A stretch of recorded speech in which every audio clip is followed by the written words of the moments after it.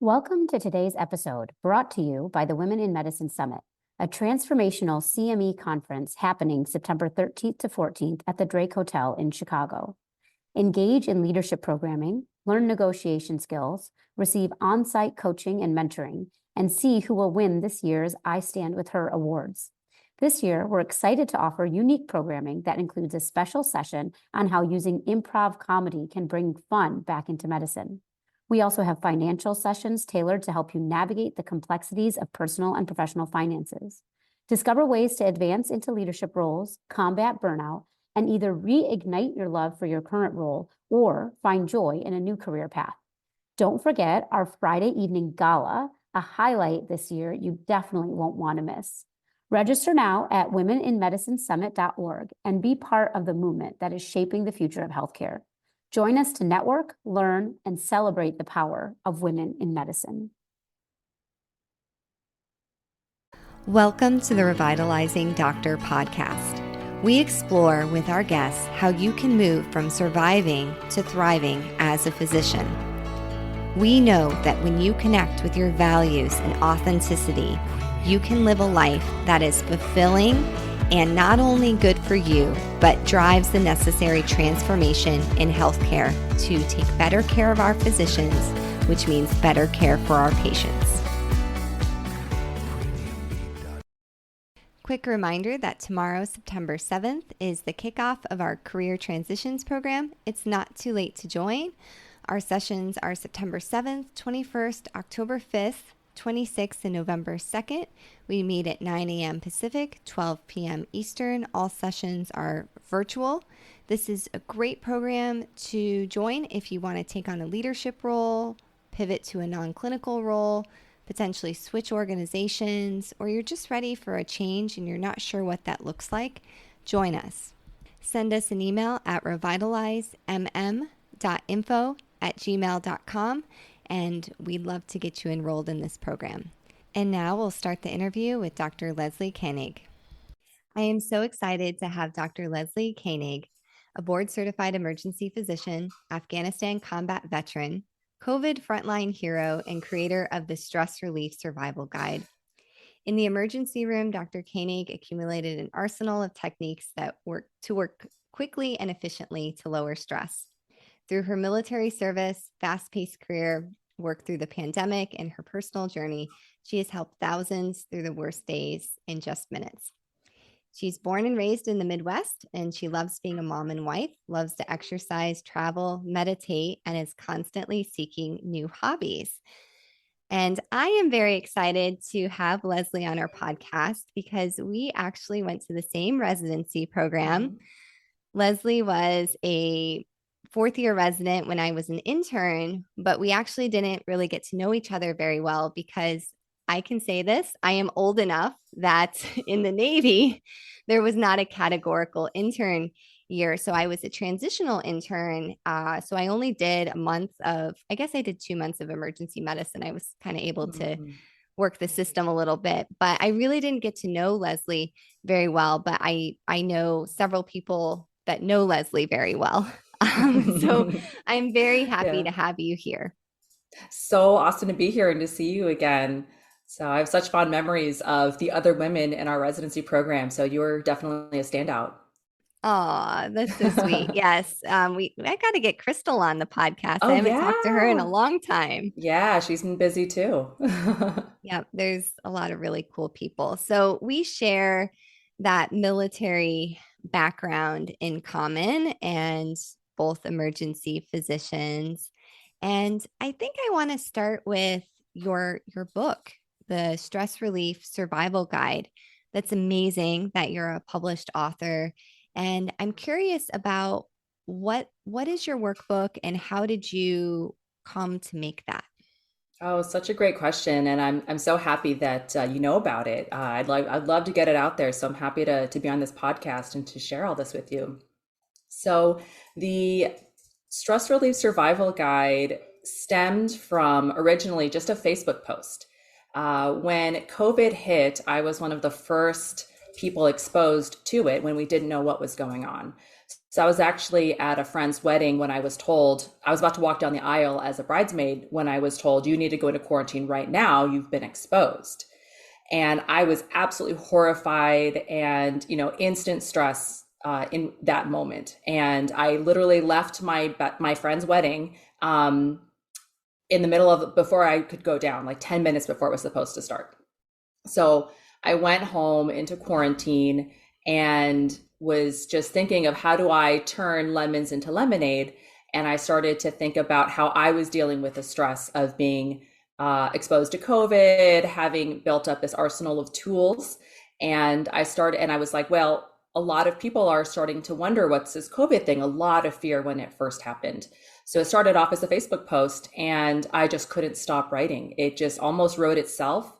I recognized how I had built all of this through years and years and wanted to share it with people who were going to be facing something very, very quickly and not a lot of time to prepare.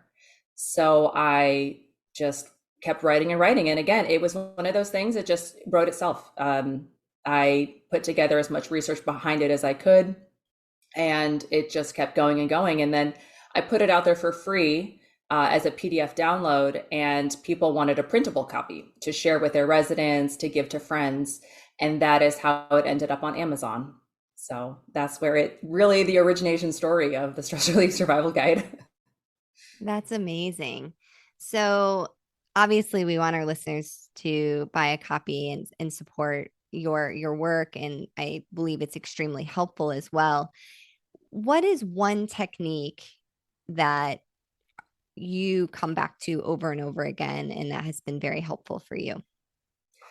The technique that is probably one of my favorites and easiest to guide someone through is called the battery technique. And it's one that came to mind while I was at work, and I've used it with a handful of patients, including patients who came in with suicidal ideation. And all you need is a pencil or a pen, and basically you pretend like this is a battery where you assign one end a positive side and one end a negative side. And it is a bit of a multiple techniques all in one. And it's designed to help you stay with your thoughts and to see what the weather is like in your mind.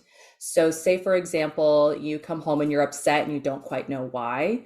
Or even if you're at work and you don't quite know why, just pick up a pencil, assign the pencil kind of as a battery. One side is positive, one side is negative, and just look at your thoughts. So as you're holding it, you become mindful of what's going on in your mind. And you can say, okay, I just got home and I'm stressed because I need to start dinner. And that kind of gives you maybe this negative feeling. So you can move that to the negative or unpleasant side of the battery. And then you can say, okay, recognizing, grounding in that, seeing the mind state. And then just again, continually as you re-examine the mind, go back to the neutral and holding the battery here. And then re-examine like, well, okay, but the good news is I'm home. So that's a positive mind state. That's a positive thought. That's a positive emotion. And you move the pencil to the positive side. And you continue doing this until you feel a bit more stable. And even if you're just holding the pencil kind of in a neutral state, the point is you're still examining the mind and you're still can appreciate, why am I stressed?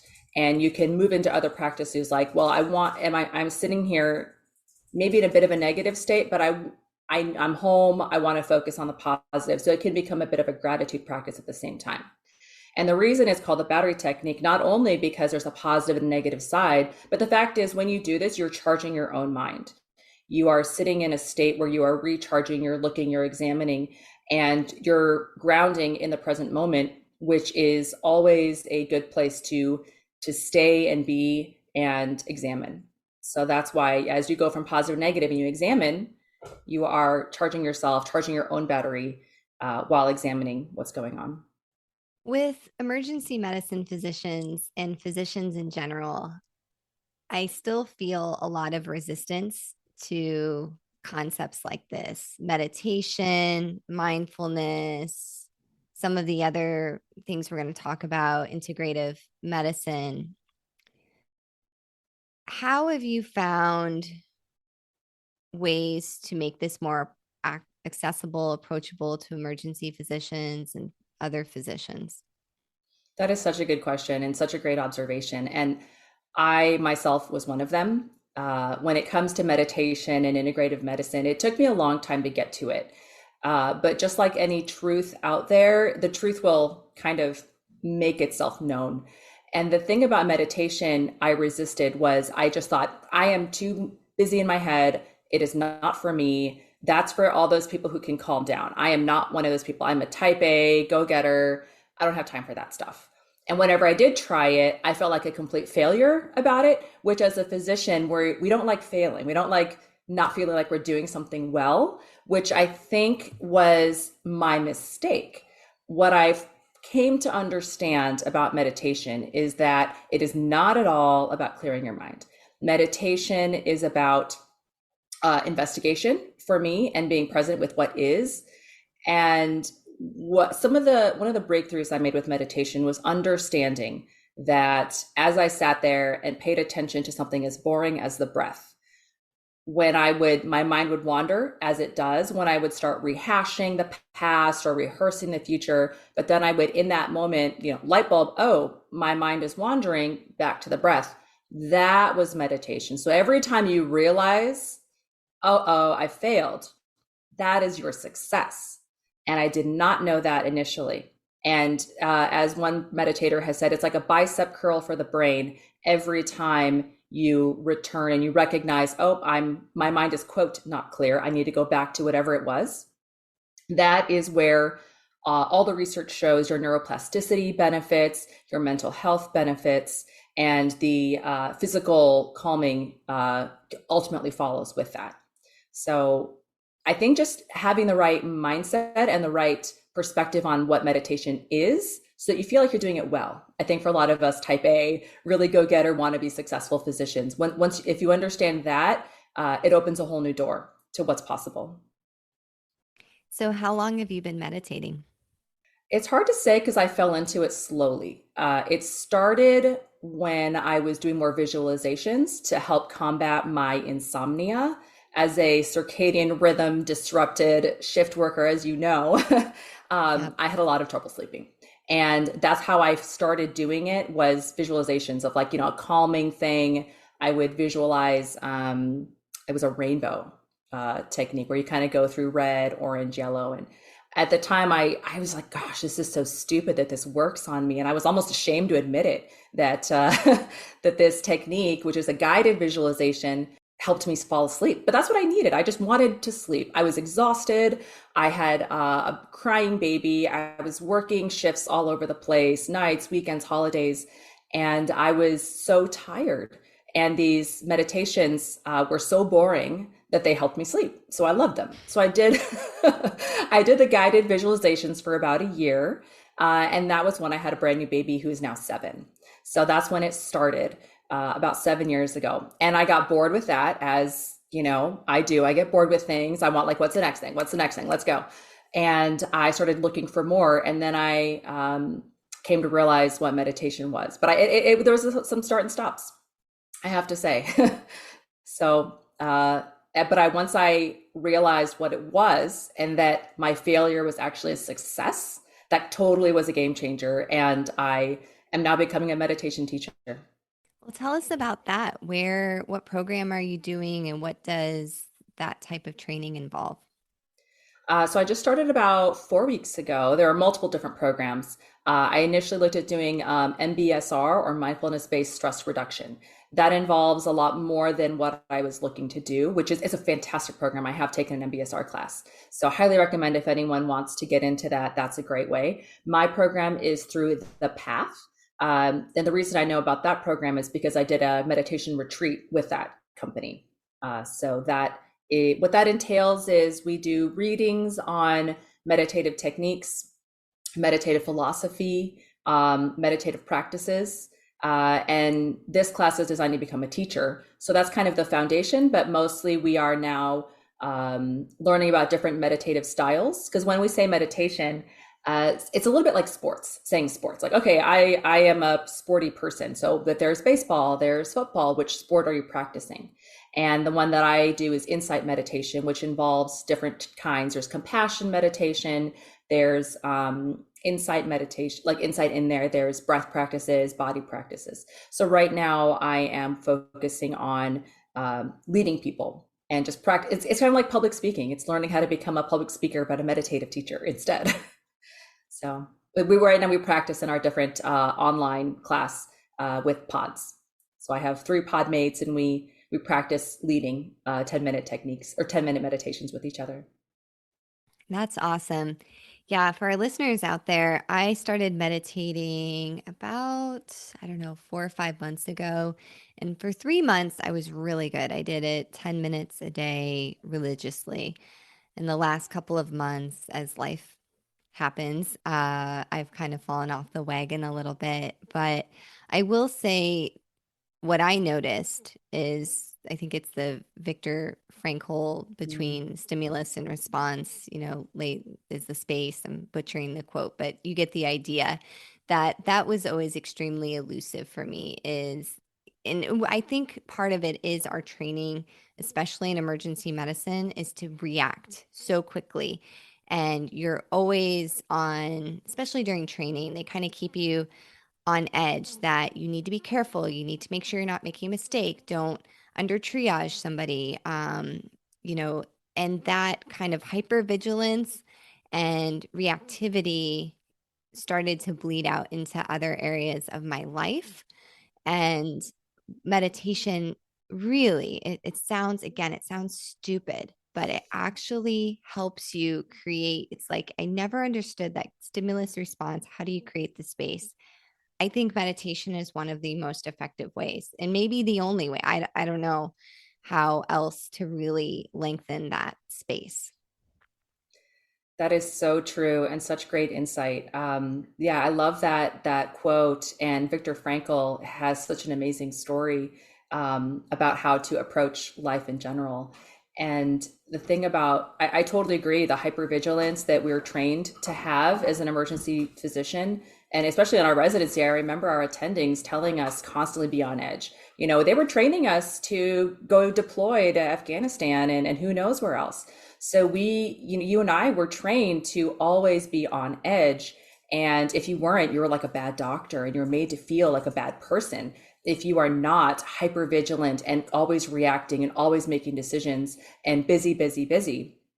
And that bled into how I treated myself, was that whatever approached me in life, I felt like I had to immediately respond.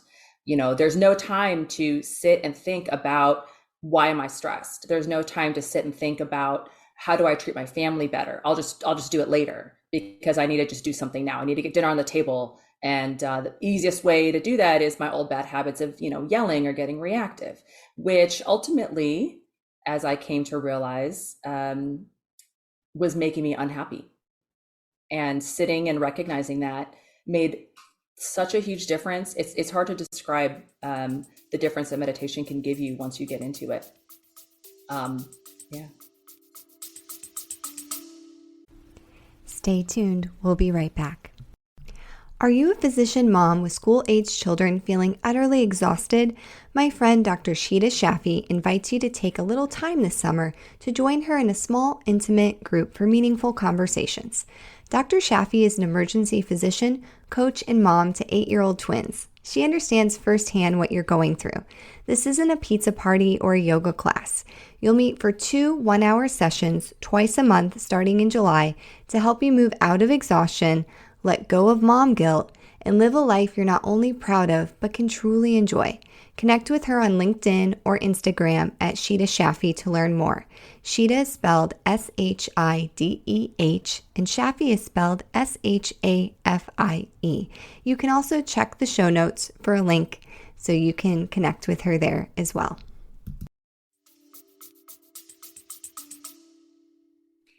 So I want to talk a little bit about how you're using heart rate variability. I think we're both tracking our heart rate variability, and Yeah. I am a very strong believer that this is the actual fifth vital sign, not the whole pain BS that we were taught in residency. That heart rate variability is a really key indicator of our overall health. And just for the listeners, if you haven't heard me go through this before, heart rate variability, and most of our listeners are doctors. So when you look at an EKG, the R to R interval naturally varies beat to beat. And so when we say heart rate variability, we're looking at how much that varies beat to beat. And this might seem counterintuitive at first, but having high variability is actually good. And what heart rate variability actually reflects, which is super cool and unique, is the balance between your body's response to sympathetic and parasympathetic response. And so having a high heart rate variability means that your parasympathetic response is good, is robust, and is able to uh, react well to when you're having a sympathetic surge. So that's the primer for heart rate variability. I want to turn it over to Leslie to talk about how you're measuring it and why, and how it's changed through your practice of meditation and other well-being activities. Heart rate variability tracking has definitely changed the way I live my life, 100%. The way I look at heart rate variability is it's almost like a seesaw where you can have sympathetic as being one person and parasympathetic being the other person on the seesaw. And when they're well balanced, you can have a proper seesaw effect or even just kind of a little bit of variation there. But if you have that sympathetic person who is weighing heavily in your life, there's going to be no variability because you're constantly in sympathetic and the parasympathetic can't exert its effects. And I noticed how my circadian rhythm activity, and it would tell me what my heart variability was at night. And I recognized the minute I got my ring, because of how my sleep schedule is as an ER physician, it was all over the place. And my score was completely in the toilet. And whenever I work, I do all nights now to try and maintain some semblance of normalcy. It just drops. And it's such a, as you say, it should be the fifth vital sign. It's almost like perceiving your life always in tachycardia, which is not good. And so it's changed how I plan to move forward in my life, which is more vacation, better sleep, continue to meditate. And I am now focused on doing an integrative medicine fellowship so that I can have more ownership of my schedule. So a few things that I've noticed with my heart rate variability that does increase it, as I mentioned, was vacation, a better circadian rhythm. When I did a meditation retreat, it went really high and stayed high for about 2 weeks. And I did a water fast for a week, and that was the highest I had ever had my variability be. It was in the hundreds, which I was like, I've never been that high, was with a water fast. Wow, I have not reached the 100s. My highest has been in the 60s, and I've been sustained in the 60s for the last 3 months. It's like my new average, and I'm pretty stoked about that because last winter during COVID surge, ton of circadian disruption, which is the way my schedule was. I was in the 30s to 40s pretty regularly, and sometimes even down into the 20s. I dipped down into the 20s when I had COVID, and even just like some days that, were really stressful at work or sleep was messed up. So I really encourage our listeners to consider a wearable device. I'd be happy to message anyone. I use a Whoop. Leslie mentioned Aura. I'm not receiving any money from Whoop. I wish I Me was, neither. but I'm Yeah, not. Yeah, you're not no getting any money money here. from Yeah, Aura. I'm just a Um, user. yeah, I am curious. I've been thinking about switching to the Aura because I don't really like having a strap around my arm because I already wear an Apple Watch. How have you found the durability of the ring and like just like wearing a ring? Oh, it's so easy. I wear it pretty constantly. I wear it at work. I wear it going to the gym, and I wear it running. And when I go to the gym, I do weight lifting, so I don't take it off. My husband actually wears it in place of his wedding ring now, so he wears it to the gym as well. I wore it on my recent hike in the mountains. It died on the fourth day. So the durability has been fantastic. I have not needed to replace it. I got an upgrade now. This one actually tracks my pulse ox. So yeah, it's been fantastic. Yeah, that's really cool. I think I was actually on a call with a friend last night who's also an emergency physician, and we actually had lost touch and we hadn't spoke for about 10 years. I'm so glad we reconnected. And she's actually married to a prior professional hockey player. And she's going through a similar thing I think most of us have gone through. I mean, 70% of emergency physicians experience burnout at some point in their career. And I would say that's probably underreported. I think everybody pretty much goes through it. Maybe there's like 10% of people that are truly resistant to it. And we should certainly be studying those people. But what we came upon last night is we should, as emergency physicians and physicians in general, especially specialties that involve quick reactions, a physicality to what we do, which I would put emergency medicine, a lot of the surgical specialties, critical care, a lot of those specialties into that. We should be looking at ourselves as elite performers. And I think by not looking at ourselves as elite performers, it leads to a lot of really bad things for us. We don't pay attention to our nutrition like a professional athlete would. We're not, I mean, professional athletes are tuned into this. Heart rate variability is old news to them. They've been tracking that for at least 10 years, some of them probably 20 years. And I think by not really taking a really focused approach to our own well-being, knowing that we're going to go into these challenging situations, most of us are going in, going back to a battery analogy, we're going in at 25%. We're not charged when we're going into these intense situations. What are your thoughts on that?